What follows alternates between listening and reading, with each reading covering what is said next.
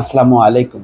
ডিএমপির সাবেক কমিশনার আসাদুজ্জামান মিয়ার সম্পদ নিয়ে ঢাকায় যখন বিভিন্ন মিডিয়ায় তোলপাড় হচ্ছে, আলোচনা হচ্ছে এবং ওবায়দুল কাদের মুখ খুলেছেন, দুদকের পক্ষ থেকেও বলা হচ্ছে যে এই বিষয়ে তদন্ত হবে অথবা অনুসন্ধানের সিদ্ধান্ত হবে। ঠিক সে সময় খবরের প্রকাশ, সস্ত্রীক তিনি দেশ ছেড়েছেন।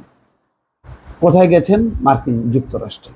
ইত্তেফাকের এই খবর, সাবেক কমিশনার আসাদুজ্জামান মিয়া সস্ত্রীক দেশ ছেড়েছেন বলে জানা গেছে। ঈদের আগে আমেরিকায় গেছেন তিনি।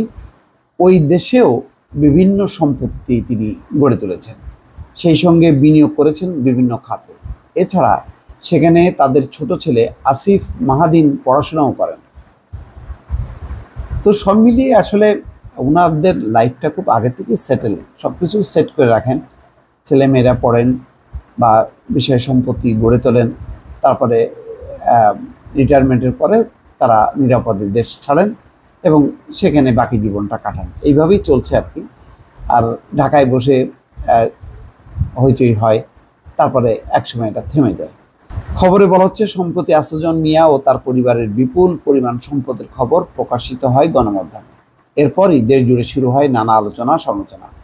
দুদক ঈদুল আজহার ছুটি শেষে তার সম্পদের বিষয়ে অনুসন্ধান কার্যক্রম শুরু করতে পারে এমন একটি আভাস দেওয়া হয়েছে।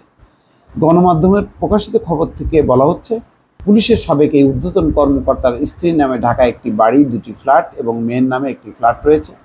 এছাড়া ঢাকা, গাজীপুর ও নারায়ণগঞ্জে তার স্ত্রী ও সন্তানদের নামে 67 শতক জমি রয়েছে। এই 3 জেলায় তার পরিবারের সদস্যদের নামে রয়েছে আরও 166 শতক জমি। এ বিষয়ে দুদক কমিশনার জহুরুল হক জানান, আসাদুজ্জামান মিয়ার সম্পদের তথ্য প্রকাশের খবর তার নজরে আসেনি। যদি সাবেক এই পুলিশ কর্মকর্তার জ্ঞাত আয় বহির্ভূত সম্পদের খোঁজ পাওয়া যায় তাহলে দুদক ব্যবস্থা নেবে। সংস্থাটির আরেক আইনজীবী খুরশিদ আলম খান বলেন, ছুটির পর তারা অনুসন্ধানের সিদ্ধান্ত নেবেন।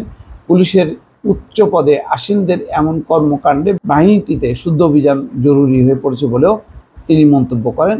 আর এই ব্যাপারে আজকে ওবায়দুল কাদেরও বক্তব্য রেখেছেন। তিনি বলেছেন যে অভিযোগ, দুর্নীতি তেমন অভিযোগ এখনো পাওয়া যায়নি, তারপরও দুর্নীতির ব্যাপারে সরকার একেবারে দ্বিধাহীন। যদি তদন্ত হয় সেই তদন্তে তারা সাপোর্ট দেবে, দুদক স্বাধীনভাবে করতে পারে, এই কথাবার্তাগুলো বলেছে। কিন্তু প্রশ্ন হলো একটা, যে যার বিরুদ্ধে তদন্ত হবে তারা তো থাকে না কেউ। যেমন বেনজির আহমেদের বিরুদ্ধে তদন্তের কথা হলো, তদন্ত শুরু হয়েছে এবং জব্দের নির্দেশ দেওয়া হয়েছে, আলামত পাওয়া গেছে, কিন্তু সেই বেনজির আহমেদ কোথায়? এখনো পর্যন্ত কিন্তু তিনি নিজে বলেননি বা কোনো গণমাধ্যম নিশ্চিত করেননি তিনি ঠিক কোন দেশে আছেন। তো এরকম অবস্থা মানে হচ্ছে এক ধরনের পালিয়ে যাওয়া। তো গণমাধ্যমে প্রতিদিনই প্রকাশ হচ্ছে যে সাবেক আইজিপি বেনজির আহমেদ বিদেশে চলে গেছেন, 4 মে তিনি দেশ ছেড়েছেন।